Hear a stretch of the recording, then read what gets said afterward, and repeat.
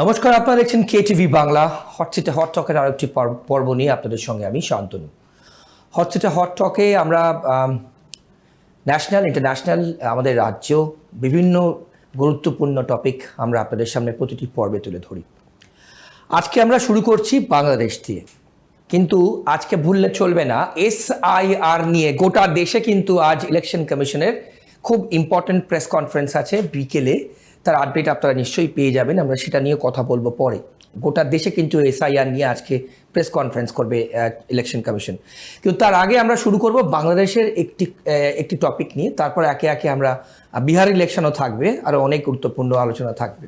কিন্তু প্রথম যে টপিকটা আমরা রাখছি, বাংলাদেশের প্রধান উপদেষ্টা মোহাম্মদ ইউনূস, আপনারা জানেন তার 27 তারিখ মানে আজকে রিয়াদে, সেখানকার সৌদি আরবের রিয়াদে সেখানকার যুবরাজ মোহাম্মদ বিন সালমানের আমন্ত্রণে একটি সামিট কিংবা একটি সেমিনারে অংশগ্রহণ করার কথা ছিল, যেটার নাম ফিউচার ইনভেস্টমেন্ট ইনিশিয়েটিভ।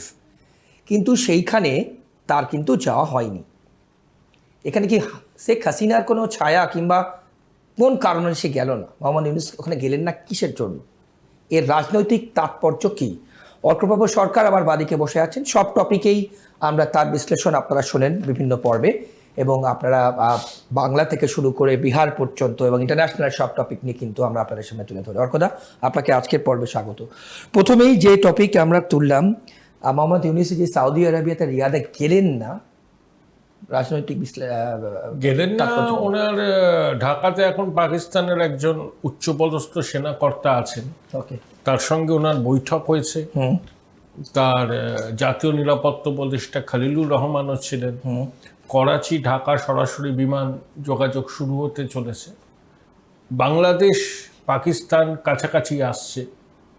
সৌদি আরব নিরাপত্তাটা পাকিস্তান দেখে, সৌদি সেনাবাহিনীতে পাকিস্তানের প্রভাব যথেষ্ট। আমার ধারণা ইউনূস সেখানে যাননি, তার অভ্যন্তরীণ কোনো ব্যস্ততা রয়েছে সেই জন্যই। কারণ বিদেশ ভ্রমণের সুযোগ তিনি চট করে ছাড়তে চান না।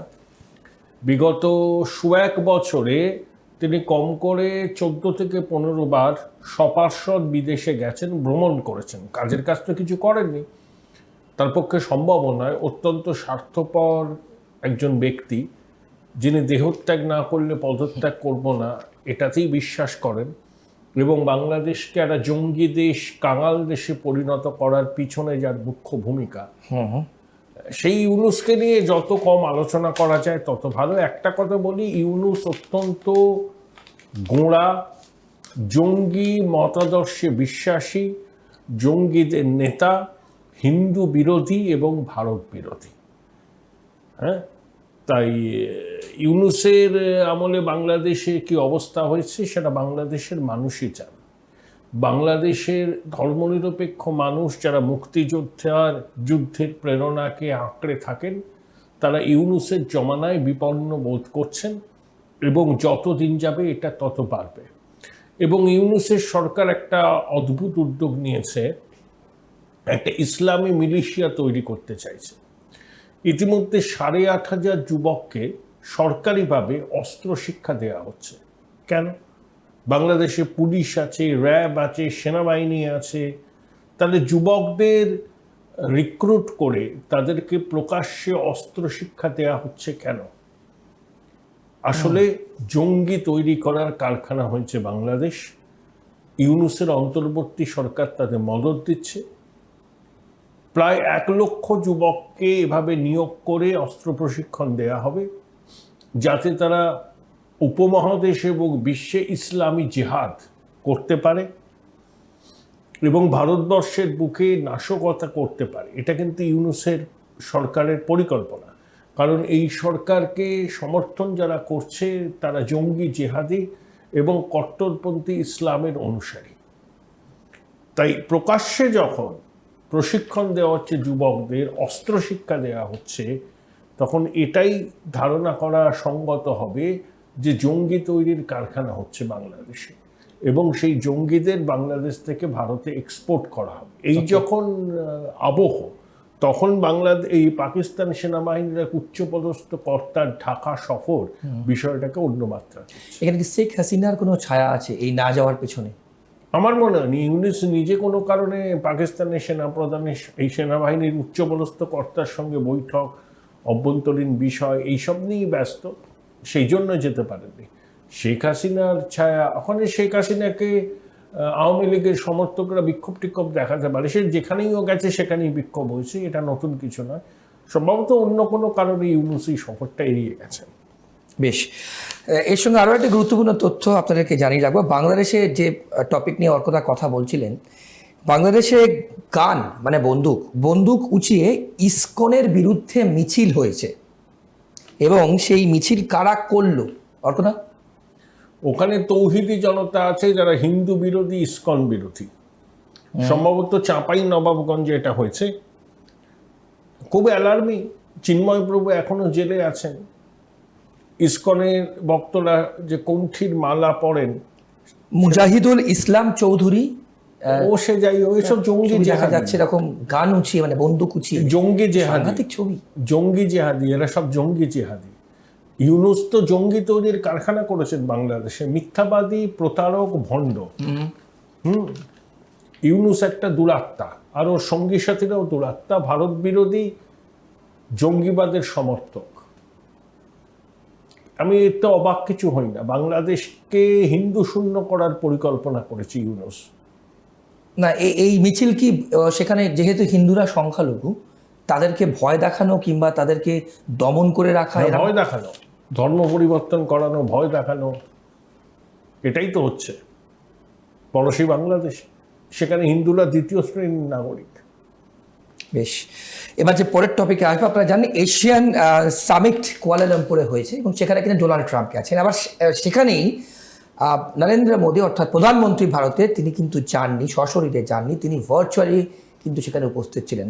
তাহলে কোথাও Modi is a great friend of mind, যার মুখ থেকে প্রায় বেরোয়, অর্থাৎ ডোনাল্ড ট্রাম্পের, নরেন্দ্র মোদী কি অ্যাভয়েড করলেন? এর তাৎপর্যপূর্ণ, খুব তাৎপর্যপূর্ণ। অর্কদা, আপনার বিশ্লেষণ? সব সামিটে যেতে হবে এমন কোনো তো দায়বদ্ধতা নেই। মোদিজি ভার্চুয়ালি ছিলেন, ডোনাল্ড ট্রাম্প এসেছেন কুয়ালালামপুরে, মালয়েশিয়ার প্রধানমন্ত্রী আনোয়ার ইব্রাহিমের সঙ্গে মোদিজির কথা হয়েছে। এখন ডোনাল্ড ট্রাম্প ওখানে আছেন, মোদিজি গেলে একটা পার্শ্ব বৈঠক হতেও পারত, কিন্তু পার্শ্ব বৈঠক করে এই মুহূর্তে কোনো লাভ নেই। বাণিজ্য চুক্তির বিষয়টা চূড়ান্ত হোক, এখনো কিছু জটিলতা আছে দুদেশের বাণিজ্য চুক্তি সম্পাদনের ক্ষেত্রে, সেটা আগে স্থির হোক, তারপরেই ট্রাম্পের সঙ্গে মোদিজি নয় বৈঠক করবেন। আসলে ডোনাল্ড ট্রাম্প এক এক সময় এক এক রকম কথা বলেন। তিনি ভারত পাকিস্তানের যুদ্ধ থামিয়েছেন, তিনি 8টা যুদ্ধ থামিয়েছেন, ভারত রাশিয়া থেকে তেল কেনা বন্ধ করবে, এইসব বলেছেন, কিন্তু ভারত কোনোবারই তার কথা সমর্থন করেনি। আবার ট্রাম্প মোদিজিকে ফোনও করেন, ট্রাম্পের গাজার যে 20 দফা প্ল্যান পুনর্গঠনের জন্য, সেটা মোদিজি সমর্থন করেছেন। এখন এই ধরনের টানাপোড়েন একটা আছে, যতক্ষণ না পর্যন্ত দুদেশের মধ্যে বাণিজ্য চুক্তি সম্পন্ন হচ্ছে ততদিন এই টানাপোড়েনটা চলবে। ট্রাম্প প্রশাসন ভারতের উপর চাপ সৃষ্টি করে ভারতের বাজার আমেরিকার কৃষিপণ্য, ডেয়ারি, মৎস্যের জন্য খুলতে চাইছে, সেটা ভারত খুলবে না। কিন্তু আমেরিকা থেকে তেল, সমরাস্ত্র, প্রযুক্তি ভারত আমদানি করবে। এখন ভারতে আমেরিকার দ্বিপাক্ষিক বাণিজ্যে ভারত বেশি রপ্তানি করে, কম আমদানি করে আমেরিকা থেকে, তাহলে আমেরিকার বাণিজ্য ঘাটতি হয়। ডোনাল্ড ট্রাম্প চাইছেন সেই বাণিজ্য ঘাটতিটা যাতে পূরণ হয়, সেই জন্য ভারতকে চাপ দিচ্ছেন যাতে ভারত আমেরিকা থেকে তেল কেনে, সমরাস্ত্র কেনে, অন্যান্য প্রযুক্তিও কেনে। না, কোথাও কি অর্কদা আপনার মনে হয় এইটা কি, যে প্রধানমন্ত্রী গেলেন না, তিনি কি কৌশলগতভাবে অ্যাভয়েড করলেন যাতে ফেস টু ফেস না হয়? এখন তো ট্রাম্পের সঙ্গে বৈঠকের কোনো মানেই নেই। যখন এই দ্বিপাক্ষিক বিষয়টা চূড়ান্ত হবে, বাণিজ্য চুক্তি বা চূড়ান্ত হওয়ার একদম শেষ পর্যায়ে এসে পৌঁছবে, তখন তিনি কি দেখা করতে পারেন, কথা হতে পারে। তার আগে ট্রাম্পের সঙ্গে দেখা করে বিষয়টার তো কিছু অগ্রগতি হবে না, দুজনের মধ্যে তো ফোনে কথা হচ্ছে। দিওয়ালি, ভ্লাদিমির পুতিন আসছেন ডিসেম্বরে, তার আগে রাশিয়া থেকে ভারত তেল কেনা বন্ধ করে দেবে আমার মনে হয় না। আর ভারত একটা সার্বভৌম দেশ, তাদের জনগণের কল্যাণ যেটাই সব থেকে বেশি হয় সেটাই ভারত নিশ্চিত করবে। আর কোনো দেশ ভারতকে ডিকটেট করতে পারে না এখান থেকে এটা কিনো না, ওখান থেকে ওটা কিনো না।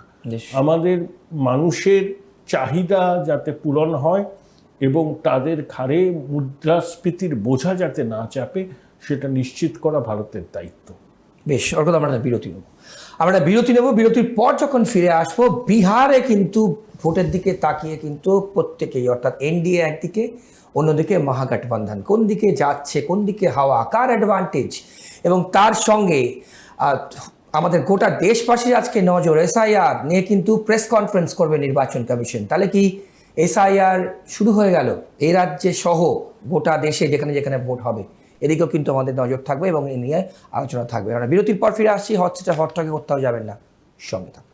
বিরতির পর ফিরে এলাম। আপনারা দেখছেন হট সিটে হট টক, KTV বাংলার পর্দায়। বিহারের নির্বাচনের দিকে কিন্তু আমাদের প্রত্যেকে, অর্থাৎ আমরা আগের পর্বেই বিহার নিয়ে কিছুটা ডিসকাস করেছিলাম এবং প্রচুর মানুষজন দেখে কমেন্ট করেছেন, বিভিন্ন প্রশ্ন করেছেন। অর্কপ্রভ সরকার বসে আছেন, আপনারা প্রতি পর্বে যাকে দেখেন তার উদ্দেশ্যে প্রশ্ন করেছেন, এই অনুষ্ঠানের উদ্দেশ্যে প্রশ্ন করেছেন।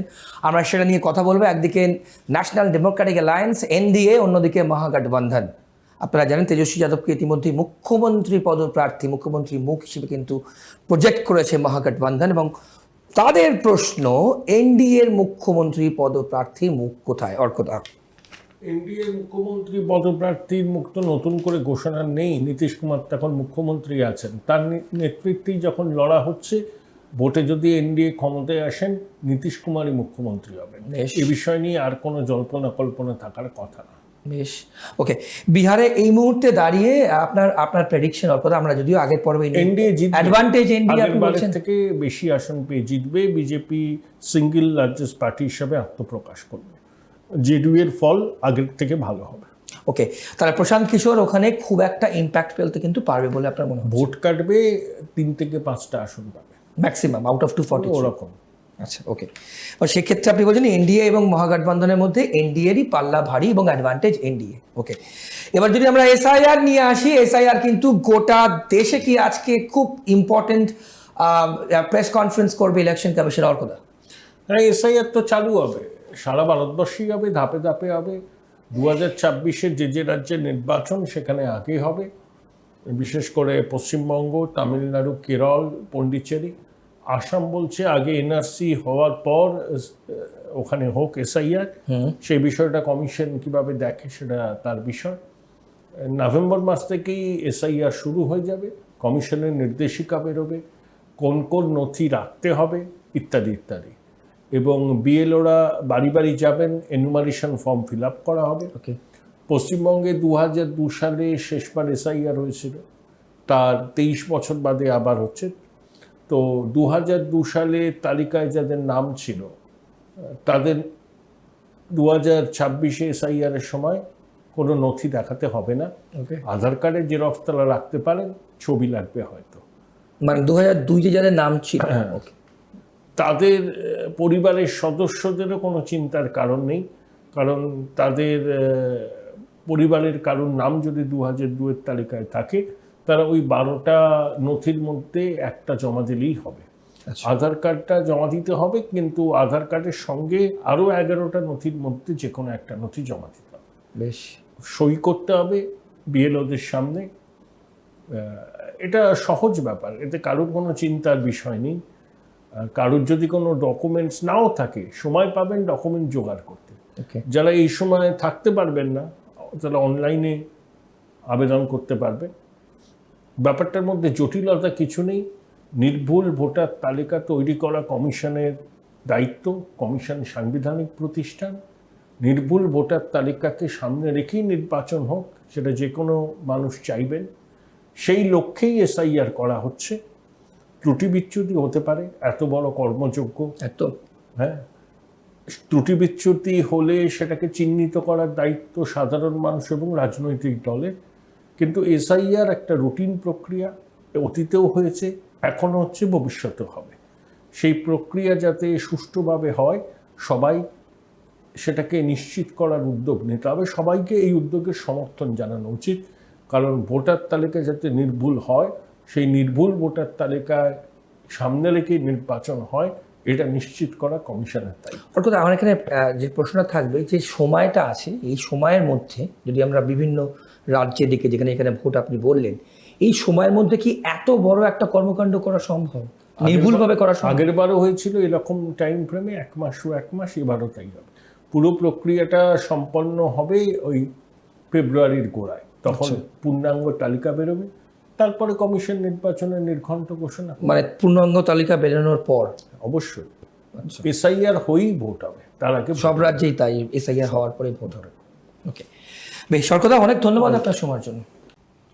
তাহলে আজকে হট সিটে হট টকে অন্যান্য পর্বের মতোই আমরা যে কটা পয়েন্ট আপনাদের সামনে তুলে ধরলাম, এই অনুষ্ঠানকে কিন্তু আপনারা প্রত্যেকে জানেন শুধু রাজ্য কেন্দ্রিক নয়, আমরা দেশেও যা যা গুরুত্বপূর্ণ ঘটনা ঘটে আপনাদের সামনে তুলে ধরি, দেশের বাইরে বিভিন্ন অন্যান্য দেশে অর্থাৎ ইন্টারন্যাশনালি যা যা ঘটনা ঘটে তাও কিন্তু আমরা এই অনুষ্ঠানের মাধ্যমে বিশ্লেষণ করি এবং আপনাদের সামনে তুলে ধরি।